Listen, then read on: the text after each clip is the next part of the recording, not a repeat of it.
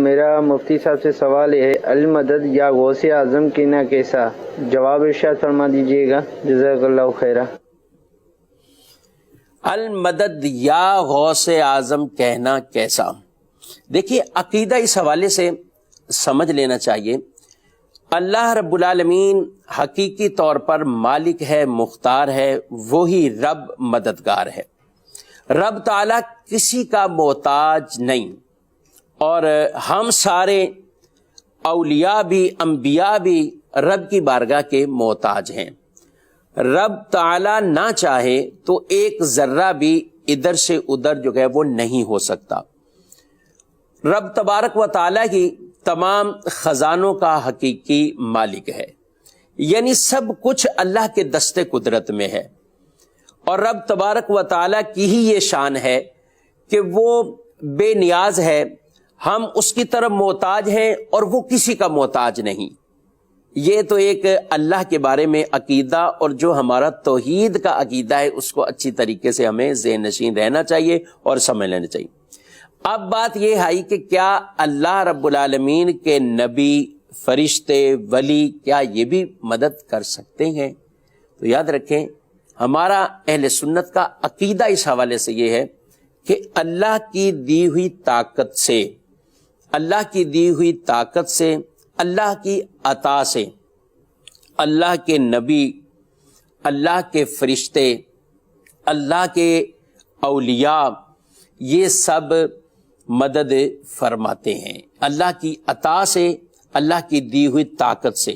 تو جب ہم بہت آپ یہ چھوٹا فرق نہ سمجھیے، بالکل واضح فرق ایک خالق اور مخلوق کے درمیان، یعنی مخلوق رب کی بارگاہ میں طرف وہ محتاج ہے، اللہ انہیں جو طاقت دیتا ہے وہ اس کے مطابق آگے جو ہے وہ تصرف جو ہے وہ فرماتے ہیں، وہ چاہے انبیاء ہوں، وہ چاہے ملائکہ ہوں علیہم السلام، وہ چاہے اولیاء صالحین کو۔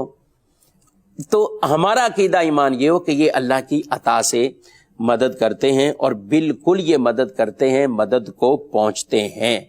قرآن مجید فرقان حمید کی ایک آیت مبارکہ اللہ رب العالمین ارشاد فرماتا ہے، فَإِنَّ اللَّهَ هُوَ مَوْلَاهُ وَجِبْرِيلُ وَصَالِحُ الْمُؤْمِنِينَ۔ ارشاد فرمایا، بے شک اللہ وہ مولا کا مطلب دوست بھی ہے، ولی بھی ہے، مددگار بھی ہے، یعنی بے شک اللہ مددگار ہے، جبریل مددگار ہے، اور صالح مومن یہ مددگار ہیں، مدد کرتے ہیں۔ تو عقیدہ ایمان جو ہے وہ یہ کہ یہ جو مدد کرتے ہیں یہ اللہ کی عطا سے کرتے ہیں، اللہ کی دی ہوئی طاقت سے یہ مدد کرتے ہیں۔ آپ کو میں ایک عام فہم مثال عرض کروں، غزوہ بدر اسلام کی پہلی وہ عظیم جنگ اور عظیم فتح ہے۔ آج بچے سے پوچھا جائے کہ غزوہ بدر کے اندر مدد کس نے کی تھی، تو وہ یہی کہے گا کہ اللہ کا وعدہ تھا کہ بدر کے میدان میں فرشتوں کو مدد کے لیے نازل فرمائے گا، اور اللہ نے نازل فرمایا۔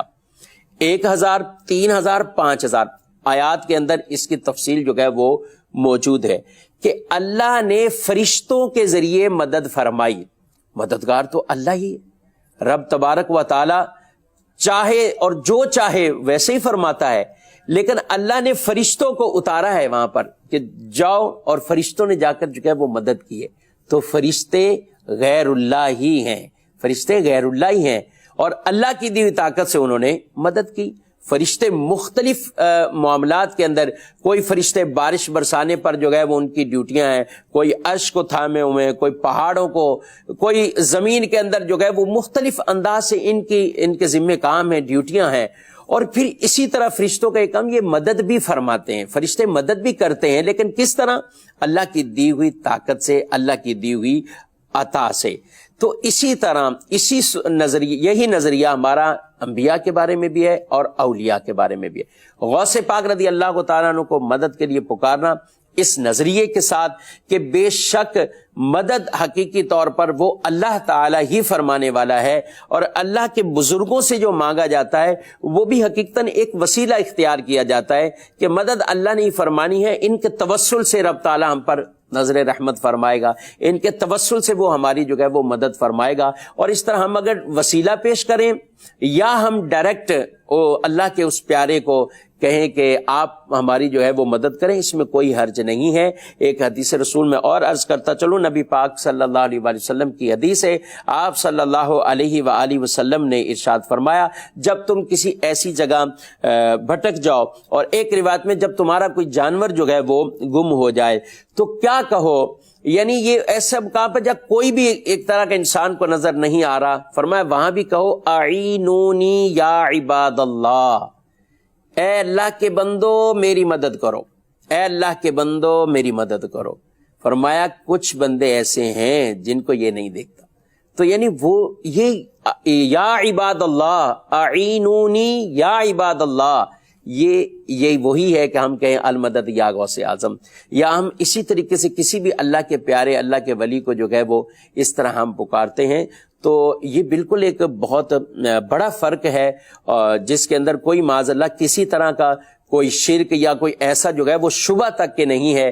عقیدہ سمجھے بغیر مسلمانوں کی ایک تعداد کو معاذ اللہ یوں جو ہے وہ کہہ دینا کہ یہ شرکیہ معاملہ ہے، یہ معاملہ ہے، یہ ہرگز جو ہے وہ درست نہیں ہے۔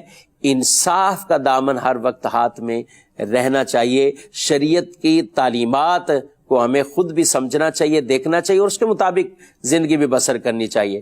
تو بزرگوں کا یہ جو انداز طریقہ الحمدللہ یہ رہا، وہ نبی پاک صلی اللہ علیہ وسلم کے پاس بھی اپنی حاجتیں لے کر آتے، حضور سے مدد مانگتے، پانی نہیں ہے تو اس کے لیے عرض کرتے، کسی کی آنکھ نکلتی ہے تو وہ اس کے لیے آ کر بارگاہ رسالت کے اندر جو ہے وہ عرض کر رہے ہیں، تو یہ مدد ہی مانگی جا رہی ہے۔ بارش اللہ نہیں برسانی ہے، لیکن حضور علیہ السلام کو وسیلہ بنا کر جو ہے وہ بارش طلب کی جاتی ہے۔ حضور علیہ السلام سے کہا جاتا ہے آپ اللہ سے دعا کریں اللہ بارش برسائے، پھر برستی ہے تو رکتی نہیں ہے بارش، تو پھر روکنے کے لیے بھی حضور علیہ السلام کا وسیلہ وہ تلاش کیا جاتا ہے۔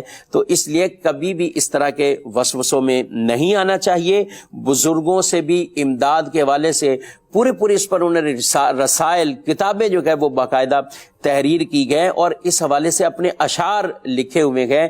تو میں نے ایک مختصراً اس کا ایک جواب عرض کیا ہے۔ حقیقی مددگار اللہ رب العالمین ہے، اللہ کی اطاعت سے فرشتے، اللہ کے نبی اور اللہ کے اولیاء وہ بھی مدد فرماتے ہیں۔